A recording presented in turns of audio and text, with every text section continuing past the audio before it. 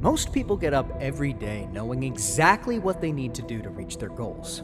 But something happens, and they start procrastinating. They switch to laziness and become demotivated, even if they'll end up feeling regretful by the end of the day. If you relate to these people, and you want to know exactly what you need to do to end your laziness, then this video is for you.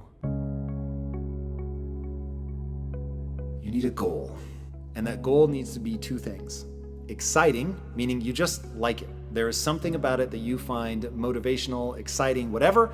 And then the other part is it needs to be honorable. Now, honorable means that it elevates not only yourself, but other people. The reason those two things are the guaranteed 1-2 punch of success is getting motivated is all about managing your neurochemistry.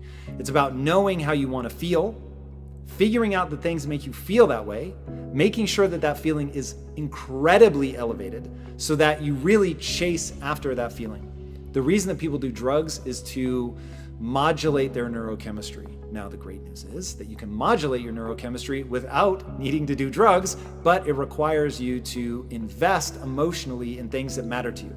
Now, the number one problem I see when people are procrastinating is they are not very excited by their goal. You have to take the time, one, to figure out what it is that you like. What are the things that you respond to? Kevin Kelly has a really fascinating idea that he calls not prematurely optimizing. You don't want to prematurely optimize. You don't want to pick a life path until you've explored and understand what the things are that you get a natural response from. Now, it's just going to be some degree of like. I like this thing. It isn't going to be, oh my God, the heavens open up and it becomes clear what I should be doing with my life. It is way simpler than that. It is something that gives you more energy than it takes. Now, once you find the thing that gives you more energy than it takes, now we can begin investing in that. And we go back to that initial idea of I'm excited by my goal, which is very clear. I know exactly what I'm trying to accomplish, and it's honorable. Now, when you're doing something that elevates other people, you get in a positive feedback loop, because what happens is you work hard to gain a set of skills that allow you to move towards this goal that's exciting and honorable. And then you start getting feedback from people because achieving your goal, even pursuing your goal, is helping other people. By helping other people, you get positive feedback. Because you're getting that positive feedback, the next time you want to lay on the couch, you need only think of them and the way that it makes you feel to help people, to elevate, to push yourself, to go and get something done. All right, that's the high level thing. Then you want to put rules into your life so that you don't end up wasting time, so that you catch yourself. So for instance, the reason that I don't ever find myself just laying around is because I have a rule. Monday through Friday, if I'm awake, I'm either working or working out. Now, I've been very careful to make sure that the things that I'm working on are moving me towards that goal that's incredibly exciting and honorable. So I'm getting all the feedback from people by getting good at this thing and adding value to their lives. And it was already exciting. I just found it interesting in and of itself. And then I have invested emotionally over and over and over, focusing on the people that I'm trying to help, telling myself I'm trying to help these people, telling other people, embodying the emotion that I want to feel. And then I've got my rules to fall back on. I get out of bed in 10 minutes or less, Monday through Friday. If I'm awake, I'm either working or working out.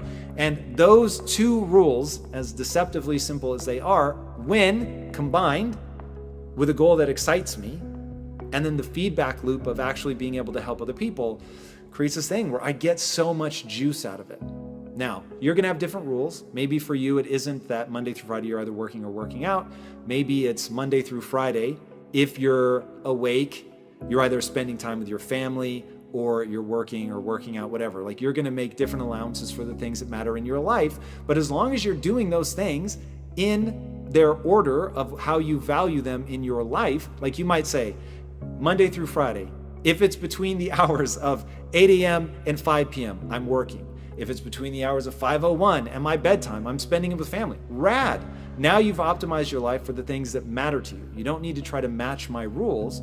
You just need to know your value system and put it in order, build rules that allow you to actually accomplish that. And then hold yourself accountable. And if you're still not doing it, at some point we have to own that you just don't want it badly enough. And then we have to refocus on desire. Is there something that interests you enough that you can work that loop of creating that emotional connection in your life. And then that's where to start.